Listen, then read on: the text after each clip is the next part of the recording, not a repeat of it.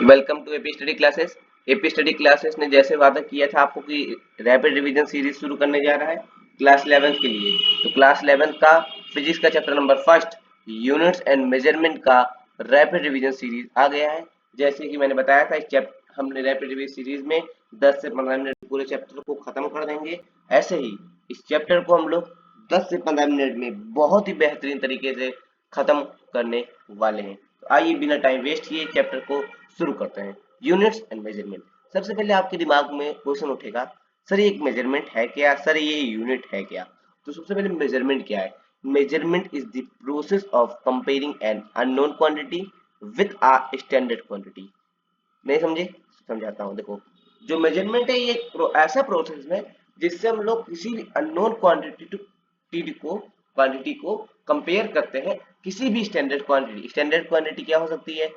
वो standard quantity हो सकती है, स्केल हो सकती है, और अलग अलग इंस्ट्रूमेंट जैसे कि वेइंग मशीन के लिए से जो किलो वाला आता है बार, वो सब हो सकता है। स्केल, किलो वाला बार जो आता है वो हो सकता है। ठीक है, जैसे जैसे गोला गोला रहता है उसमें लिखा रहता है 1 किलो का है, ये 2 किलो का है, ये सब हमारी एक स्टैंडर्ड क्वांटिटी होती है। तो मेजरमेंट एक प्रोसेस है जिसमें हम लोग अननोन क्वांटिटी को कंपेयर करते हैं किसी भी स्टैंडर्ड क्वांटिटी को, और उस स्टैंडर्ड क्वांटिटी को हम लोग बोलते हैं यूनिट। ठीक है, समझ आ गया unit and measurement.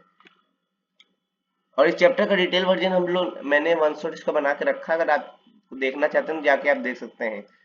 Video uploaded है, मैं अभी डिस्क्रिप्शन पे उसकी लिंक भी दे देता हूँ। ठीक है, अब हम लोग आते हैं फिजिकल क्वांटिटी पे। नेक्स्ट टॉपिक हमारा है फिजिकल क्वांटिटी। क्या है सर एक फिजिकल क्वांटिटी? फिजिकल क्वांटिटी दो भाग में हम डिवाइडेड है। पहला है फंडामेंटल क्वांटिटी, दूसरा है डिराइव क्वांटिटी। फंडामेंटल क्वांटिटी क्या है सर, और डिराइव क्वांटिटी क्या है सर? फंडामेंटल क्वांटिटी क्या है? Quantity that can not be expressed in terms of other quantities. ऐसी क्वांटिटी जिन्हें हम लोग दूसरे किसी भी क्वांटिटी में हम लोग एक्सप्रेस नहीं कर सकते, जैसे कि लेंथ, मास, टाइम। लेंथ, मास, टाइम, इसे हम लोग क्या बोलते हैं? Fundamental quantity. ऐसी क्वांटिटी से हम लोग दूसरे क्वांटिटी में एक्सप्रेस नहीं कर सकते, ये इंडिपेंडेंट होती है। फंडामेंटल क्वांटिटी इंडिपेंडेंट होती है, उसे हम लोग क्या बोलते हैं? फंडामेंटल क्वांटिटी, जिसे हम लोग किसी और चीज में एक्सप्रेस ना कर पाए। ठीक है, फंडामेंटल क्वांटिटी क्या होती है? इंडिपेंडेंट होती है। इंडिपेंडेंट होती है। इसका नोट्स आपको टेलीग्राम पे मिल जाएगा, टेलीग्राम को आप लोग ज्वाइन कर लीजिएगा। ठीक है, ऐसी क्वांटिटी जिसे हम लोग एक्सप्रेस नहीं कर पाते अदर क्वांटिटी में, और ये इंडिपेंडेंट होती है, ऐसी क्वांटिटी को फंडामेंटल क्वांटिटी बोलते हैं। एंड डिराइव क्वांटिटी क्या है? Quantity derive from fundamental quantity. ऐसी क्वांटिटी जो फंडामेंटल क्वांटिटी से डिराइव्ड होती हैं, या तो इन्हें हम लोग डिपेंडेंट क्वांटिटी भी बोल सकते हैं, क्योंकि ये डिपेंडेंट होती है किस पे? फंडामेंटल क्वांटिटी पे। ठीक है, ऐसी क्वांटिटी जो डिराइव्ड होती है कहाँ से? फंडामेंटल क्वांटिटी से। ठीक है, एग्जांपल इसका क्या है? वेलोसिटी हो गया, फोर्स हो गया, ये सब, और एक्सीलरेशन हो गया, ये सब किससे डिपेंड है? Fundamental quantity. वेलोसिटी किस पे डिपेंड है? मीटर पर सेकंड, मतलब लेंथ पे भी डिपेंड है, टाइम पे भी डिपेंड है।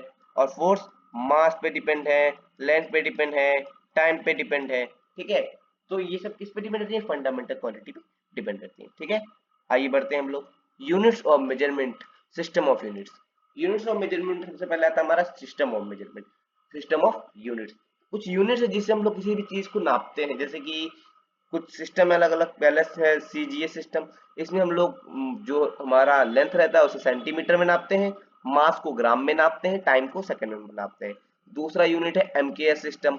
इसमें हमने जो लेंथ होता है उसे मीटर में नापते हैं, और मास को किलोग्राम में, टाइम में को सेकंड में। तीसरा है एफपीएस सिस्टम, जिसे बोलते हैं फुट पाउंड सेकंड। फुट को इसमें हम लोग नापते हैं लेंथ, पाउंड में मास, टाइम को सेकंड में। तीसरा चौथा है SI unit. SI unit international system of unit है, जो सारे इंटरनेशनल में मेजरली यूज होते हैं। जैसे, और ये क्या है? MKS system, international system of unit है। इसमें भी लेंथ को मीटर में, मास को किलोग्राम में, टाइम को सेकंड में नापते हैं। ठीक है, यस सर। अब हम लोग जाने पढ़ने एसआई यूनिट। एसआई यूनिट क्या है सर? एसआई यूनिट दो प्रकार के होते हैं। एसआई यूनिट एक होती है डिराइव्ड यूनिट। एसआई यूनिट क्या है? The SI unit. SI unit का भी मैंने फुल फॉर्म बताया, इंटरनेशनल सिस्टम ऑफ यूनिट। ये ग्लोबली एक्सेप्टेड स्टैंडर्ड सिस्टम है ऑफ मेजरमेंट का। मेजरमेंट का ग्लोबली स्टैंडर्ड सिस्टम है, जो पूरे ग्लोबल, पूरी दुनिया में एक्सेप्टेड होता है। ठीक है, ऐसा मेजरमेंट का सिस्टम जो पूरे दुनिया में एक्सेप्ट होता है उसे हम लोग बोलते हैं SI unit. It is based on 7 fundamental quantity. कौन से फंडामेंटल क्वांटिटीज? अगले भी स्लाइड पे देखेंगे। ठीक है, that define all physical unit, जो सारे फिजिकल क्वांटिटी को डिफाइन कर देती है, उन्हें हम लोग क्या बोलते हैं? SI unit. ठीक है, डिराइव यूनिट क्या है? Derive units are units of measurement that are formed by combining fundamental या base units according to algebraic relationship between physical quantities. Derived units of measurement है जो किसी भी दो फंडामेंटल क्वांटिटी को कंबाइन करने से अलजेब्रिक रिलेशनशिप से बनती है। जैसे मास, मैंने अभी बताया, मास और लेंथ को कंबाइन कर दिए, वेलोसिटी बन गई।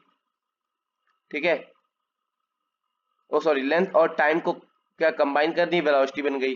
ठीक है, ऐसे ही मैंने बताया था अभी पीछे, ये देखो, लेंथ और टाइम को कंबाइन कर दी, वेलोसिटी बन गई।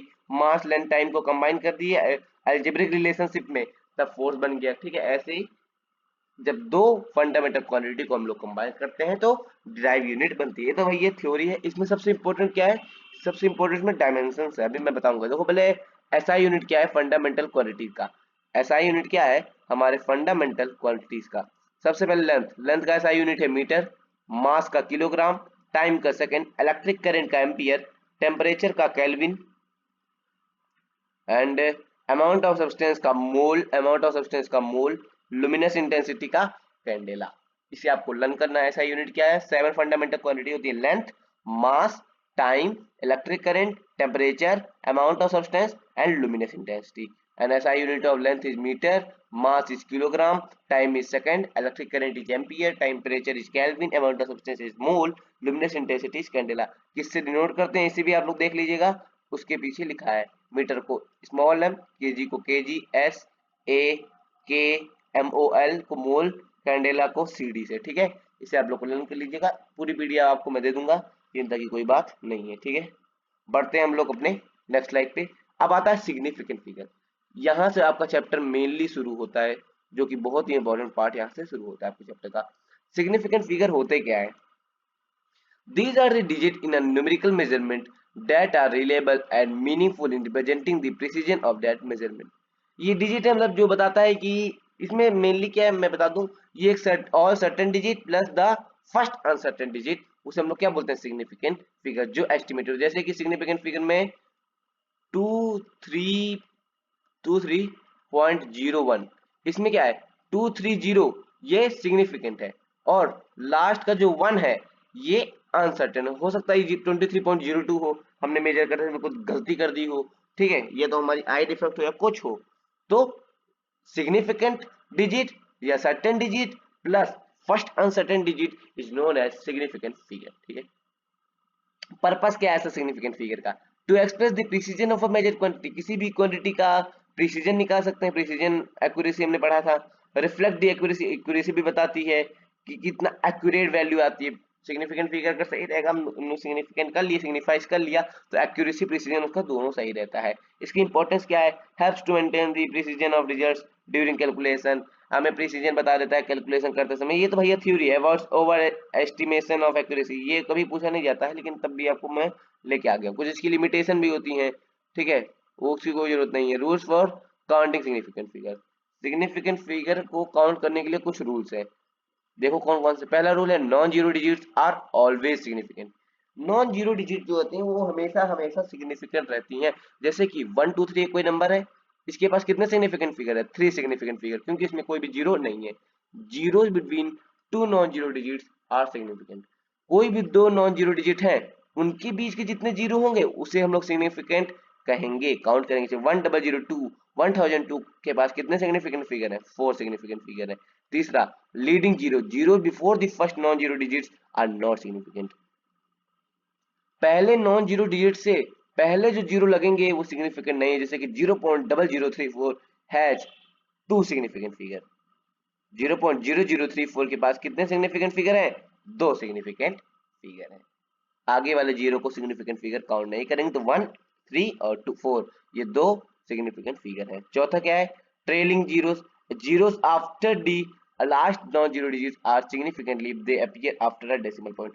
डेसिमल पॉइंट के बाद अगर लास्ट में जीरो लगे हैं और उसके पहले कोई नॉन जीरो डिजिट है, तब उसे सिग्निफिकेंट काउंट करेंगे। जैसे यहाँ डेसिमल के बाद लास्ट के 2 डिजिट लगे हैं और ये नॉन जीरो के पहले भी हैं, वो सॉरी बाद में भी हैं, तो इसलिए इन्हें सिग्निफिकेंट बोलेंगे। 2.300 हैज 4 सिग्निफिकेंट फिगर्स। अगर ट्रेलिंग जीरो मतलब लास्ट में जीरो लगा है लेकिन उसके कहीं पॉइंट नहीं लगा है, तो वो उसको काउंट नहीं करेंगे। तो 2300 हैज 2 सिग्निफिकेंट फिगर, क्योंकि इसके पहले कहीं भी पॉइंट नहीं लगा है। आशा करता हूँ ये आपको रूल समझ आ गए होंगे सिग्निफिकेंट फिगर्स के। अगर इस सब चीज को आप डिटेल में पढ़ना चाहते हैं तो आप वन शॉट जाके देख सकते हैं। अगर आपके पास टाइम नहीं तो ये इतने अच्छे तरीके से मैं आपको बता दे रहा हूँ कि आपको वन शॉट की कोई जरूरत ही नहीं है। अब पढ़ने जा रहे हैं हम लोग dimensions of physical quantity. Physical quantity का डायमेंशन क्या है? सबसे पहले डायमेंशनल फॉर्मूला। डायमेंशनल फॉर्मूला क्या है? Expressing physical quantity in terms of fundamental quantity. ये क्या करता है? फिजिकल किसी भी फिजिकल क्वांटिटी को फंडामेंटल क्वांटिटीज के टर्म में एक्सप्रेस करता है। जैसे एक फोर्स, फोर्स होता है मास इनटू एक्सीलरेशन। इसका मैंने निकालना भी सिखाया था, यहाँ पे मैं कलर चेंज कर लेता हूँ और नेक्स्ट स्लाइड पे आ जाता हूँ, वहां पे लिखा था। जैसे कि मैंने आपको निकालना भी सिखाया था, देखो फोर्स का फॉर्मूला होता है मास इनटू एक्सीलरेशन। मास का dimension m, capital M। Acceleration, acceleration का डायमेंशन निकालने के लिए एक्सीलरेशन का फॉर्मूला लगाओ। एक्सीलरेशन क्या है? Velocity by time. वेलोसिटी का क्या है? Metre per second. Metre per second मतलब एल टी माइनस वन, ठीक है। तो L T minus one by T मतलब एल टी माइनस टू। तो एक्सीलरेशन का होता है एल टी माइनस टू। तो फोर्स का हमारा डायमेंशन क्या बन जाता है? M L T minus two M one. और जहां ऊपर कुछ नहीं लिखो तो हम लोग लिखते हैं M one L one T minus two. M one L one T minus two किसका डायमेंशन? हमारे फोर्स का डायमेंशन है, ठीक है।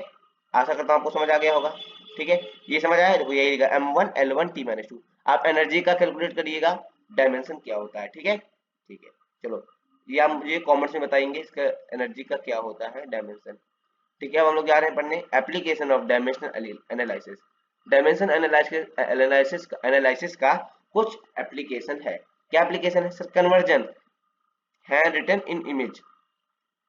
जैसे कि हम लोग क्या कर देते हैं, किसी भी यूनिट से के जी एम के एस से सीजीएस में बदल दिए, अलग अलग में बदलते हैं, सीजीएस से एफपीएस में बदल दिए, तो कन्वर्जन करने में काम आता है डायमेंशनल एनालिसिस।